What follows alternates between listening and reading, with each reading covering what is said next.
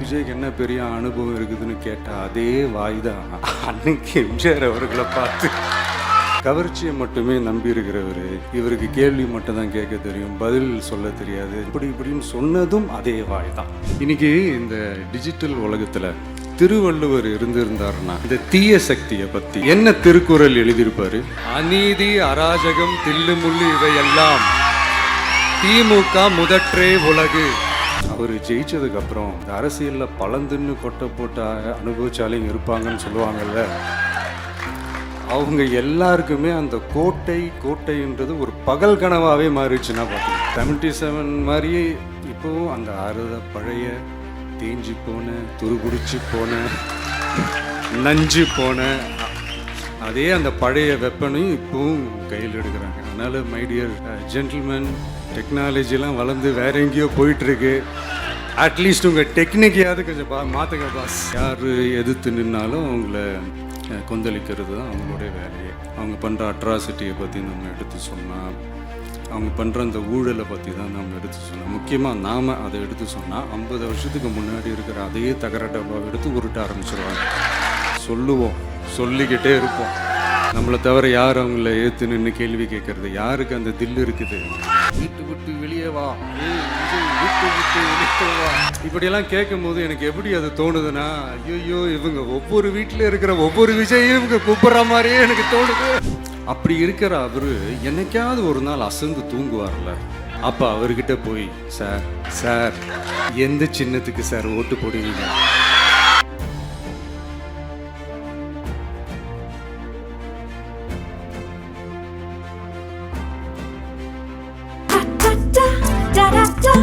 Taste the Milky Mist ice cream. Milky Mist ice creams. நம்ம கட்சியினுடைய 2வது ஆண்டு விழா, அதாவது 3rd இயரோட தொடக்க விழா இன்னைக்கு தமிழ்நாட்டில் ஒரு மிகப்பெரிய ஒரு கட்சியாக நம்ம வளர்ந்து இருக்கிறோம் அப்படின்னா அது உங்களால் தான். ப்ளஸ் நம்மளை நேசிக்கிற கோடிக்கணக்கான மக்களும் தான் அதுக்கு ஒரு மிக முக்கிய ஒரு காரணம். நீங்கள் தான் என்னுடைய ஒரு மிகப்பெரிய ஒரு பலம். உங்களை நம்பி தான் நானும் நம்ம கட்சியும் இருக்கிறோம். இதை நான் சொல்லி தான் உங்களுக்கு தெரியணும்னு அவசியம் இல்லை, இது உங்கள் எல்லாருக்குமே நல்லா தெரியும். அதனால் இன்றைக்கி உங்கள் எல்லாருக்கும், நம்ம கட்சியில் இருக்கிற தோழர்களுக்கும் தொண்டர்களுக்கும், இந்த கட்சியினுடைய ஒரு தலைமை தொண்டனான என்னுடைய வாழ்த்துக்களும் நன்றிகளும்.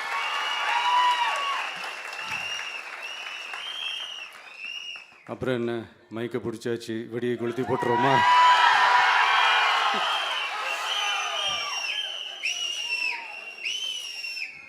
(1977) ஜூன் மாதம்னு நினைக்கிறேன், ஜூன் மாதத்தில் புரட்சி தலைவர் எம்ஜிஆர் அவர்கள் ரேடியோவில் ஒரு பேட்டி ஒன்று கொடுத்தாங்க. அதில் பேசும்போது சொன்னாங்க, பேரறிஞர் அண்ணா அவர்கள் இருந்த இடத்தில் இப்படிப்பட்டவர்களும் அமர்கின்ற ஒரு நிலைமை ஏற்பட்டுச்சேன்னு எண்ணி எண்ணி கண்ணீர் வடித்தேன். அன்னைக்கு அந்த கண்ணீரை துடைக்க ஆரம்பித்த இயக்கம் தான் அண்ணா திராவிட முன்னேற்ற கழகம்னு சொன்னார். அதே மாதிரி 2017 அப்புறம் 2021 அப்புறம் தமிழ்நாட்டுடைய நிலைமையை பற்றி யோசித்து பார்த்த நம்ம தமிழக மக்கள், காமராஜர் அவர்கள் இருந்த இடத்தில், அண்ணா அவர்கள் இருந்த இடத்தில், எம்ஜிஆர் அவர்கள் இருந்த இடத்தில் இப்படிப்பட்டவர்களும் அமர்கின்ற ஒரு நிலைமை ஏற்பட்டுச்சேன்னு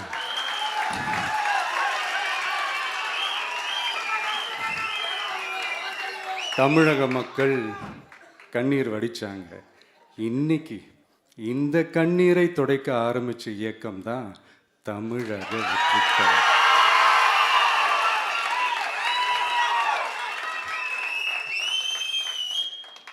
இப்படியெல்லாம் நம்ம பேசுறதுனால கண்டிப்பாக சில பேர் கொந்தளிப்பாங்க. அது பற்றில நம்ம கவலைப்படக்கூடாது, ஏன்னா கொந்தளிக்கிறது தான் அவங்களுக்கு வேலையே. புரிஞ்சுங்களா அவங்களுக்கு? ஏன்னா எம்ஜிஆர் அவர்கள் கட்சி ஆரம்பித்தப்போ ஏன் அவர் ஜெயிச்சதுக்கு அப்புறம் கூட சட்டசபையில் கூட ஏதோ ஒரு நடிகர் கட்சி வந்திருக்குதான், ஏதோ ஒரு புதிய கட்சி வந்திருக்குது, புரட்சி தலைவர்னு ஒருத்தர் வந்து இப்படியெல்லாம் கேலியும் கிண்டலுமா. அதனால் யார் அரசியலுக்கு வந்தாலும் இப்படி கொந்தளிக்கிறது தான் அவங்களுடைய வேலையே. அப்படி தான் நாம் அரசியலுக்கு வந்ததுக்கப்புறம் கூட இந்த விஜய்க்கு என்ன அனுபவம் இருக்குது, எம்ஜிஆர் அவர்களுக்கு எவ்வளோ அனுபவம் இருக்குது தெரியுமா? 52லேருந்து 72 வரைக்கும் அந்த 20 இயர்ஸ் திமுகவில் இருந்த ஒரு அரசியல் அனுபவம் எவ்வளோ இருக்குது தெரியுமா? விஜய்க்கு என்ன பெரிய அனுபவம் இருக்குதுன்னு கேட்டால் அதே வாய் தான் அன்னைக்கு எம்ஜிஆர் அவர்களை பார்த்து அன்னைக்கு எம்ஜிஆர் அவர்களை பார்த்து அரசியல் அரிச்சுவடி தெரியாதவர், கவர்ச்சியை மட்டுமே நம்பி இருக்கிறவர், அட்டக்கத்தி, வாய் விளம்பர வள்ளல், இவருக்கு கேள்வி மட்டும் தான் கேட்க தெரியும், பதில் சொல்ல தெரியாது, நிருபர்களை சந்திக்க மாட்டார், டெல்லியை வகச்சிக்க மாட்டார், மேலே இருந்து அவருக்கு அவ்வளோ ப்ரெஷர் இருக்குது, அப்படி இப்படின்னு சொன்னதும் அதே வாய் தான். அதனால் எம்ஜிஆர் அவர்களை மட்டும் இல்லை, அவருடைய தொண்டர்களை கூட விட்டு வைக்கலை. அது என்னது, இந்த பளபளப்பு ஜொலி ஜொலிப்பை பார்த்தா பல்லிழிப்பவங்க, இப்படியெல்லாம் கிண்டலும் கேலியுமா, இது எல்லாம் மக்கள் ஒரு மாதிரி சைலண்ட்டாக வாட்ச் பண்ணிக்கிட்டு என்ன பண்ணாங்கன்றது உங்களுக்கே நல்லா தெரியும். அவர் ஜெயிச்சதுக்கப்புறம் இந்த அரசியலில் பழந்துன்னு கொட்டை போட்ட அனுபவிச்சாலையும் இருப்பாங்கன்னு சொல்லுவாங்கள்ல, அவங்க எல்லாருக்குமே அந்த கோட்டைன்றது ஒரு பகல் கனவாகவே மாறிடுச்சுன்னா பார்த்துக்கோங்க.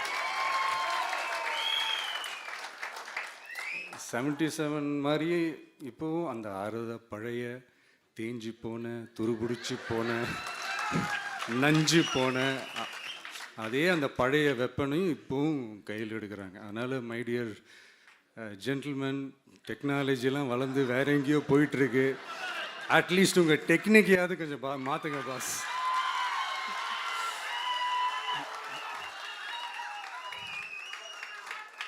காமராஜர் அவர்களையும் விட்டு வைக்கல. அவருக்கு இலக்கியம்னா என்ன தெரியும், அவர் மாபெரும் புலவர், அந்த புலவர் இந்த புலவர்னு அவரை பற்றியும் கிண்டலும் கேலியுமா. அதான் முன்னாடியே சொன்ன மாதிரி யார் எதிர்த்து நின்னாலும் அவங்கள கொந்தளிக்கிறது தான் அவங்களுடைய வேலையே. ஸோ இப்படி அவங்க பண்ணுற தப்பெல்லாம் நம்ம எடுத்து சொன்னால், அவங்க பண்ணுற அட்ராசிட்டியை பற்றி நம்ம எடுத்து சொன்னால், அவங்க பண்ணுற அந்த ஊழலை பற்றி தான் நம்ம எடுத்து சொன்னோம். முக்கியமாக நாம் அதை எடுத்து சொன்னால் 50 வருஷத்துக்கு முன்னாடி இருக்கிற அதே தகர டப்பாவை எடுத்து உருட்ட ஆரம்பிச்சிருவாங்க.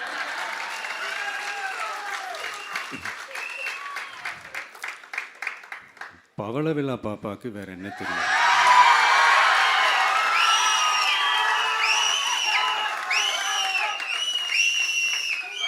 பழைய டப்பாவை உருட்டதானே தெரியும். அதுக்காக நாம் அவங்க பண்ணுற தப்பெல்லாம் சொல்லாமல் வெளியே சொல்லாமல் இருக்க முடியுமா? சொல்லுவோம், சொல்லிக்கிட்டே இருப்போம். நம்மளை தவிர யார் அவங்கள ஏற்று நின்று கேள்வி கேட்கறது? யாருக்கு அந்த தில் இருக்குது?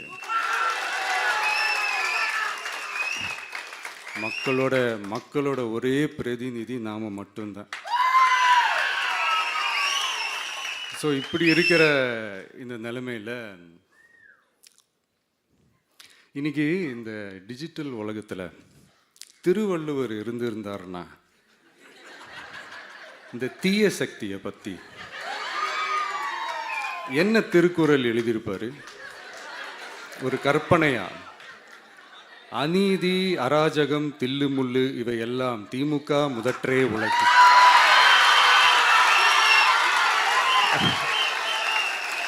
ஒரு கற்பனையா?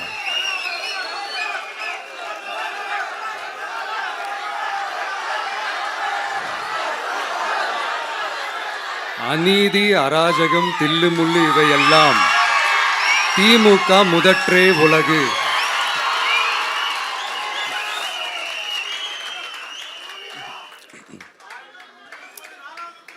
அடுத்து இந்த என்னப்பா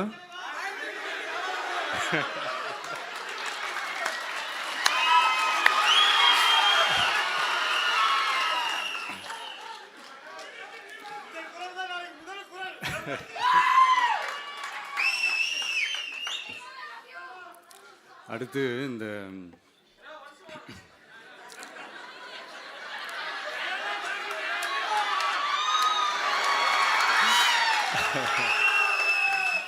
சொல்லிட்டேன், 2 வாட்டி சொல்லிட்டேன்.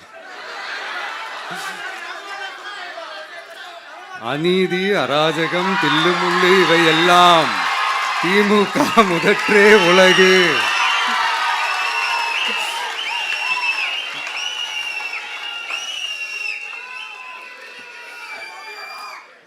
அடுத்து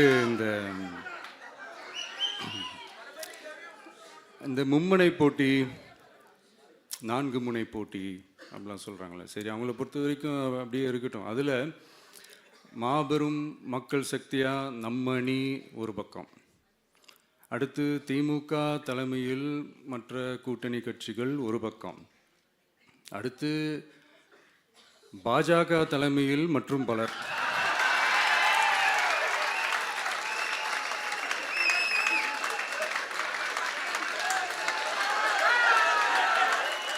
என்னப்பா சிரிக்கிறீங்க? உண்மையை தானேப்பா சொன்னேன்.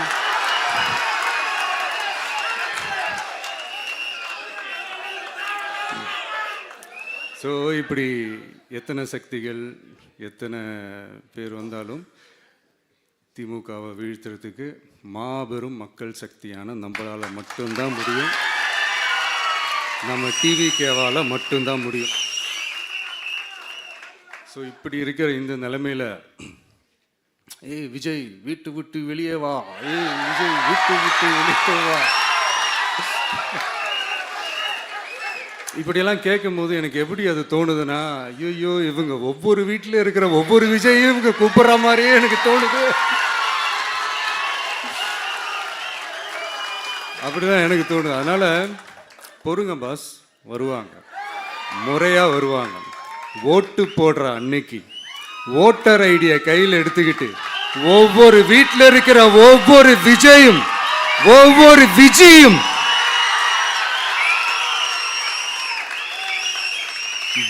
பூத்தா காலையிலேயே வந்து நிப்பாங்க பாருங்க. அன்னைக்கு தெரியும் பாருங்க, ஏண்டா இந்த விஜய கூப்பிட்டோம்னு.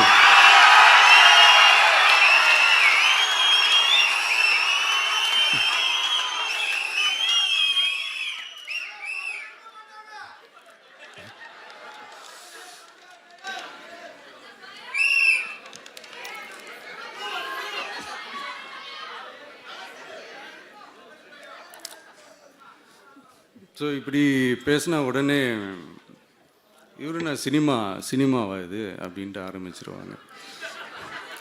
நான் சினிமா விட்டாலும் நீங்கள் சினிமா விட மாட்டேங்கிறீங்களேப்பா.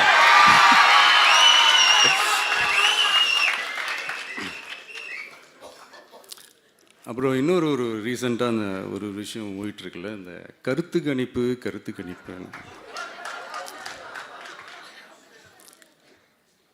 அதில் நிறைய பேர் உண்மையான கருத்து கணிப்புலாம் சொல்கிறாங்க. அதையும் நான் தப்பு சொல்லலை. சில பேர் கடுப்பில் விட்ட கணிப்பாகவும் இருக்குது,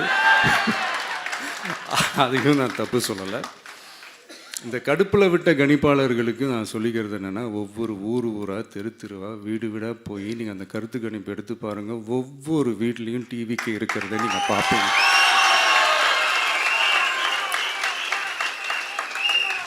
அப்படி சப்போஸ் உங்களுக்கு அது ஷாக்கிங்காக இருந்துச்சுன்னா ரப்பர் வச்சு எல்லாத்தையும் அழிச்சிட்டு மறுபடியும் முதல்லேருந்து எடுத்து பாருங்கள், அதே ரிசல்ட் தான் வரும்.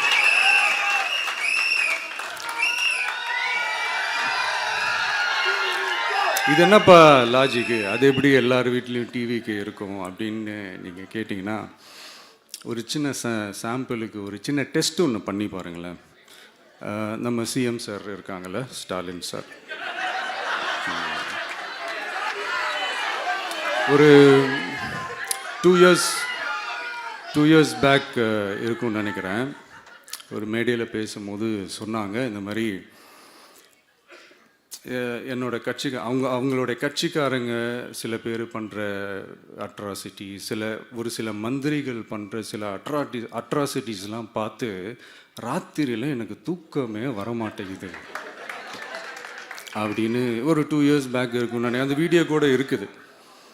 அப்படி இருக்கிற அவர் என்னைக்காவது ஒரு நாள் அசந்து தூங்குவார்ல, அப்போ அவர்கிட்ட போய், சார் சார்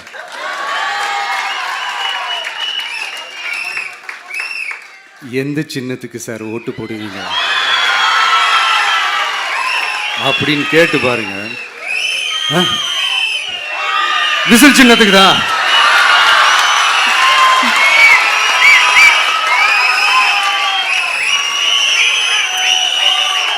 தூக்கத்துல இப்படி டப்புன்னு எழுப்பி கேட்டா டப்புன்னு உண்மையை போட்டு உடைச்சிருவாங்க. அதுக்கு சொன்ன அப்படி இருக்கிற இந்த நிலைமையில டிவிக்கே வந்து சிட்டியில் தான் இருக்குது, டவுனில் தான் இருக்குது, வில்லேஜ் சைட்லலாம் இல்லை அப்படின்னு சொல்கிறவங்களுக்கு இந்த மாதிரி சில டெஸ்ட் எல்லாம் பண்ணி பாருங்க, தெரியும்.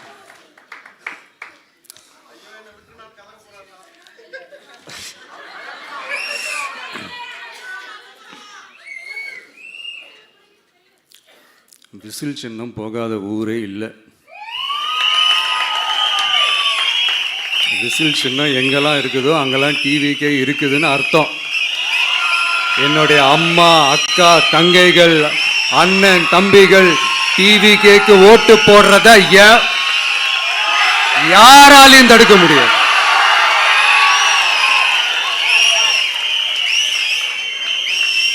ரத்த சொந்தமா நம்மள நினைக்கிற நம்மளோட வகையராக்களை எந்த கட்சியாலையும் எவ்வளவு விலை கொடுத்தாலும் வாங்கவே முடியாது.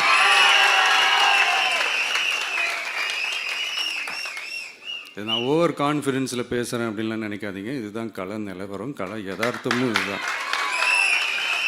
தீய சக்தியை வீழ்த்துறதுக்கு தூய சக்தியான நம்மளால் மட்டும்தான் முடியும். இந்த 2026 சட்டமன்ற தேர்தலில் டிவிக்கே தான் மக்களோட ஒரே ஆப்ஷன். Otherwise no diversion.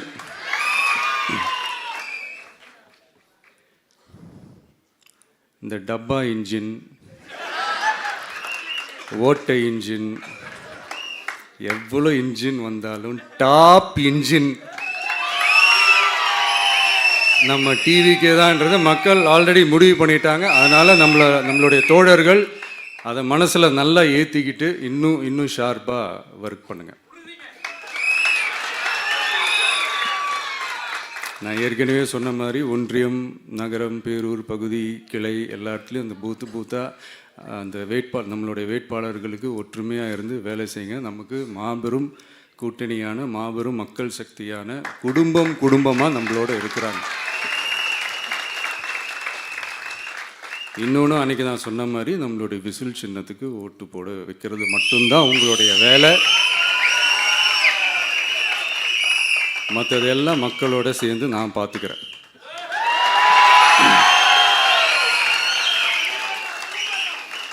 தமிழ்நாட்டோட அரசியலில் தி விசில் ப்ளோயர் இஸ் டிவிகே.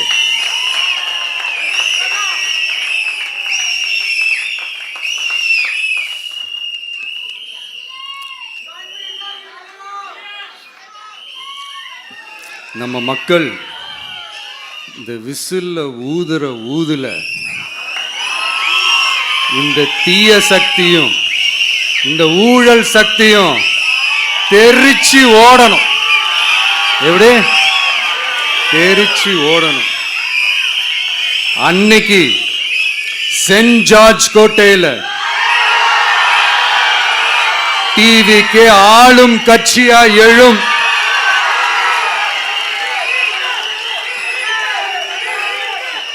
உங்களோட நான் இருக்கேன், நம்மளோட நம்ம மக்கள் இருக்கிறாங்க.